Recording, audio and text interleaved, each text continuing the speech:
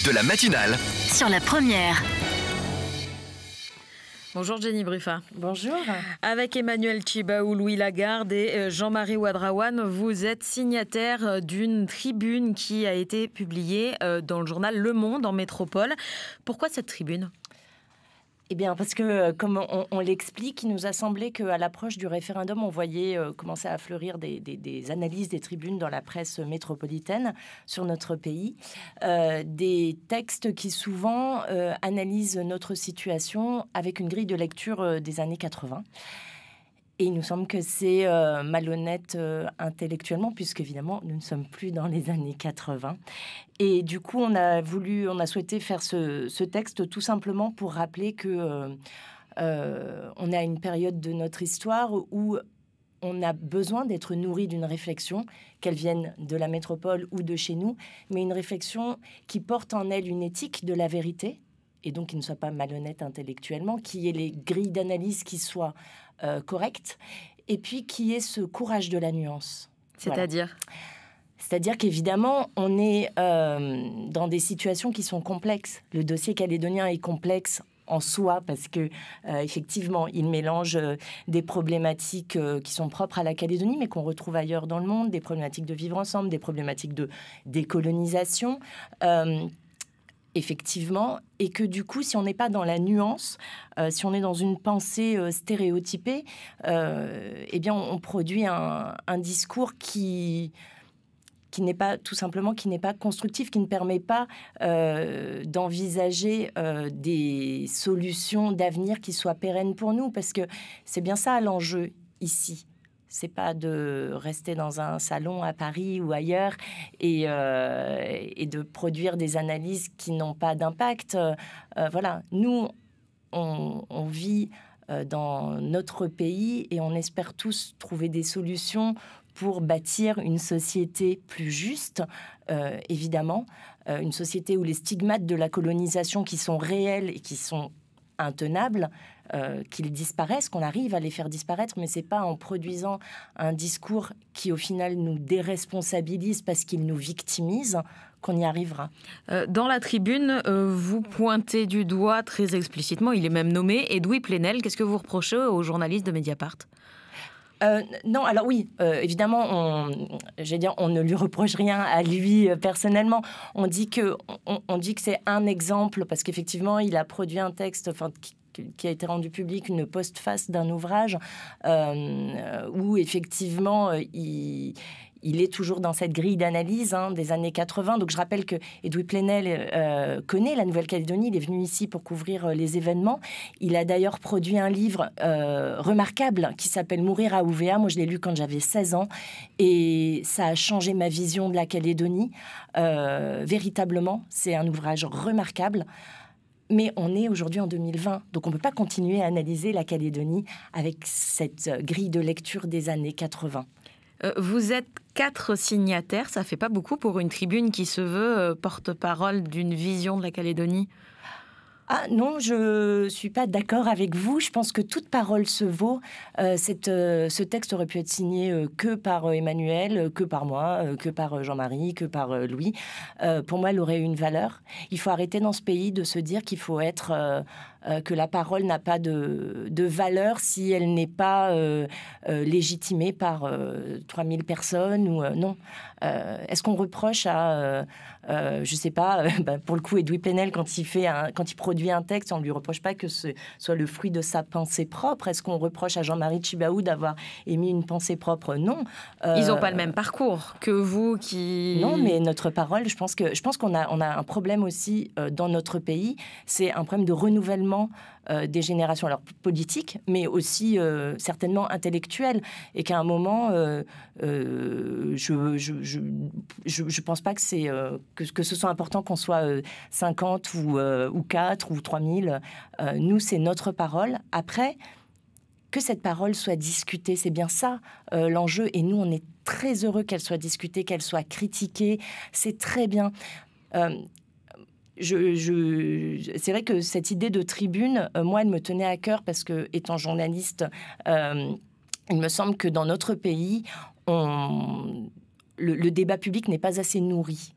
Et souvent, je rencontre des gens qui ont une pensée qui est très intéressante, mais qui n'osent pas prendre la parole. Parce que justement, ah oui, mais qu'est-ce qu'on va dire? Ah mais oui.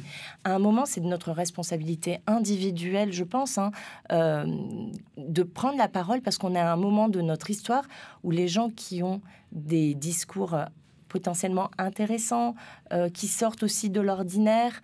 Il y a sûrement J'en discutais avec un indépendantiste qui me disait il y a sûrement des solutions à trouver dans des pensées qui sont novatrices et qui sont à la marge aussi. Voilà. Et si les gens ne parlent pas, on les trouvera jamais. Je voudrais juste... j'ai noté une citation de Jean-Marie Tjibaou qui, pour moi, est vraiment éclairante. Il disait « Tant que les discours restent au niveau privé, ils ne permettent pas à la population, à la conscience collective de se déterminer en fonction de l'avenir qui la concerne. » Voilà. Et c'est pas que sur la question de l'indépendance, c'est pour tout. Voilà, si on a un discours à produire sur quelle est la place des femmes, par exemple, dans notre pays, un discours à produire sur comment on peut vivre dans une société plus juste, comment éradiquer le problème du cannabis, comment éradiquer le problème de l'alcool dans notre pays. Voilà, s'il y a des médecins, s'il y a des professeurs qui ont des idées, c'est de leur responsabilité individuelle dans un pays en construction que de prendre la parole. Il faut prendre la parole. Il ne faut pas laisser la parole que à nos élus. Il ne faut pas laisser la parole à ceux qui estiment qu'on est légitime ou pas. C'est ça? C'est-à-dire que là, on a la légitimité qu'on se donne et pas la légitimité qu'on nous donne? Mais je pense que c'est la parole qui porte sa légitimité. Prenez la parole à 7h09, l'invité de la matinale, Jenny Briffa, qui est avec nous ce matin, journaliste calédonienne. Le standard est ouvert. Vous pouvez poser toutes vos questions au 258. Charlotte Mestre. Jenny Briffa, pourquoi publier cette tribune qui nourrit la réflexion uniquement en métropole et pas la relayer sur le Caillou dans des médias dits officiels? On savait que forcément elle serait relayée en métropole. L'inverse n'aurait pas été vrai. Et encore une fois, on s'adressait, nous au départ, si vous voulez, notre indignation, entre guillemets, le terme est un peu fort, mais notre exaspération plutôt, elle est née à la lecture de textes venus de métropole. Et aussi, donc voilà, on s'est dit, on leur écrit à eux, au public métropolitain, j'allais dire. Et on savait que forcément, ça reviendrait chez nous, la preuve. Voilà. Et aussi, je pense que, et là, c'est une inversion un peu du point de vue, c'est que je pense que nous, en Outre-mer, qu'on soit en Calédonie ou ailleurs dans l'espace ultramarin, on a aussi une parole à apporter en métropole. Il faut arrêter, et là pour le coup, c'est un complexe bien colonial, de se dire que notre parole n'est pas intéressante pour la métropole. Parce qu'en France, il y a des débats très intéressants sur la problématique du vivre ensemble. Effectivement, il y a énormément de débats sur alors une mauvaise conscience parfois coloniale, qui est justifiée. Voilà. Mais nous, notre parole, elle peut aussi éclairer le débat en métropole. On se dirige du côté du standard pour accueillir Jimmy. Jimmy qui a une question à poser. Bonjour Jimmy. Oui, bonjour. Je peux intervenir. Bonjour Jenny Briffa. Bonjour monsieur. Vous écoutez là, avec une oreille attentive. Donc moi je ne serai pas lent. Je vais juste vous remercier pour l'initiative et puis vous encourager pour l'avenir. Et puis il faut être courageux vraiment de sortir de l'ombre et puis de parler de cette façon. La parole n'est jamais à museler. Il ne faut jamais museler la vérité. Donc, surtout dans les temps qu'on vit en ce moment, il faut dire la vérité aux gens. Donc, la liberté d'expression, c'est ça, vous en savez quelque chose. Donc, pour continuer. La liberté d'expression, vous en savez quelque chose. Donc, faut y aller, il faut éclairer les gens. Il faut arrêter de faire de la désinformation. Donc, ce que vous faites là, vraiment, c'est super. Donc, moi, je vous encourage vraiment à continuer. Il faut aider les gens. Il faut surtout dire la vérité. Il faut être proche de la vérité. On n'est pas parfait, mais il faut faire un effort parce qu'il faut arrêter de la démagogie et tout ça. Voilà. Merci beaucoup. Merci Jimmy pour votre intervention. Merci. Arrêter la démagogie et la récupération politique aussi. Par exemple, votre tribune a été relayée par plusieurs décideurs calédoniens, qu'ils soient loyalistes ou indépendantistes. Qu'est-ce que vous répondez? Surtout loyalistes d'ailleurs, de ce que j'ai vu. Encore une fois, on ne peut pas vouloir nourrir le débat public. J'essaye d'être cohérente avec moi-même. On ne peut pas vouloir nourrir le débat public et regretter que des gens s'en saisissent. Après, effectivement, ça ne me fait pas plaisir que la tribune soit, ne soit pas relayée de manière égale, parce que nous, on a posé une pensée qui est apolitique. On a posé une pensée qui n'est d'aucun parti, et je suis vraiment très ferme là-dessus. Voilà. Après, évidemment, j'allais dire, c'est comme, vous savez, j'ai écrit un spectacle, c'est comme pour mon spectacle, hein. On peut n'en retenir qu'un bout. Voilà. Ou alors on peut embrasser la complexité globale du propos.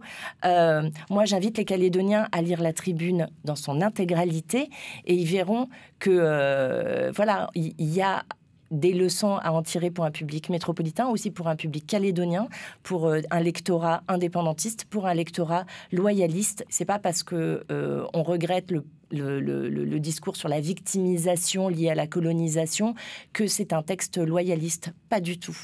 On se dirige une nouvelle fois du côté du Standard pour accueillir cette fois-ci Jean-Paul. Bonjour Jean-Paul. Oui, bonjour Jenny. Bonjour. Bonjour aux journalistes, à ceux qui sont là, les animateurs. Bon, simplement pour la première chose, c'est pour vous dire bon courage pour le travail que vous faites. Moi, la lecture que j'ai faite ici en Calédonie, c'est beaucoup plus une lecture qu'on a relayée par les biais loyalistes. Mm-hmm. Donc, moi, ce que je pourrais vous dire, c'est que j'étais un petit peu... J'étais là et puis je savais pas c'est quoi exactement le contenu un petit peu de cet article. Ce matin, dans les nouvelles, il y a encore un extrait. Et sur ma page Facebook, j'ai carrément écrit Le Monde contre Mediapart. Et j'ai l'impression que vous relayez quelque part des problématiques normalement qui doivent être discutées au niveau des journaux métropolitains, tout en sachant que Le Monde de Mediapart, c'est quand même Le Monde contre Éduc-Plenel. Et quelque part, vous relayez un petit peu ce lutte qui doit se faire normalement un petit peu entre eux là-bas en métropole. C'est un petit peu ce que j'ai ressenti tout à l'heure quand j'ai lu ça. Mais c'est vrai que j'ai lu un extrait. Voilà. Merci Jean-Paul, excusez-moi de... Vous alimentez en gros la guéguerre entre les médias métropolitains via cette chronique, via cette tribune, c'est ce que dit Jean-Paul, et que c'est pas forcément bienvenu. Vous devriez les laisser se débrouiller chez eux. Je ne pense pas. Voilà, encore une fois, nous, on a essayé de poser une parole qui soit la nôtre. On a essayé de dire juste qu'à un moment, on pouvait aussi, en tant que Calédoniens, produire un discours sur nous-mêmes qui soit nuancé, qui soit sans dogmatisme ni stéréotype, et que cette pensée, elle devait pouvoir s'exporter, entre guillemets, en métropole. Je voudrais juste revenir sur quelque chose qu'on disait tout à l'heure, c'est-à-dire sur la nécessité d'avoir le courage de la nuance dans les propos. C'est vrai que... on est dans une époque quand même qui est une époque de la pensée raccourcie, une époque des petits clashs, des petites phrases sur les réseaux sociaux, et ce qui manque dans les deux bords, il me semble, loyaliste, indépendantiste, et dans le débat public, c'est effectivement une parole, comme je disais, portée par une éthique de vérité. Et c'est compliqué parce qu'on est dans une situation complexe, et donc ça demande un effort d'explication, de recul. Et c'est avoir une pensée complexe qui prenne le temps, et qu'on prenne le temps d'écouter. Et c'est vrai qu'on n'est pas dans ce temps-là aujourd'hui. On va préférer, encore une fois, les clashs, les stéréotypés, et on en paie les pots cassés. Voilà. On en paie les pots cassés. J'ai vu que le comité des sages appelait à plus de retenue à 15 jours du référendum, parce qu'effectivement, on a des discours qui sont de l'invective, on a des discours qui sont... stéréotypants, et du coup on n'arrive plus à se parler. Et quel est votre espoir quant à l'impact de cette tribune en Calédonie ? Alors, pour moi personnellement, je ne sais pas pour les garçons, mais moi ce que j'espère, c'est que ça va encourager d'autres Calédoniens à prendre la parole pour nourrir le débat pour dans 15 jours. mais pour après. Parce que on est vraiment aujourd'hui, bon là je m'écarte de la tribune, hein, il me semble qu'on est arrivé à une situation de non-dialogue. Bon, voilà, ça tout le monde l'aura remarqué. On est dans des postures, là encore, alors qu'on sait qu'ils vont devoir se parler. On le sait. Donc à un moment, ce que j'espère, c'est qu'on soit de plus en plus nombreux à nourrir les conditions d'un dialogue, parce qu'on est à un moment où, c'est triste à dire, mais je pense que le dialogue n'est plus à préparer, il est à réparer.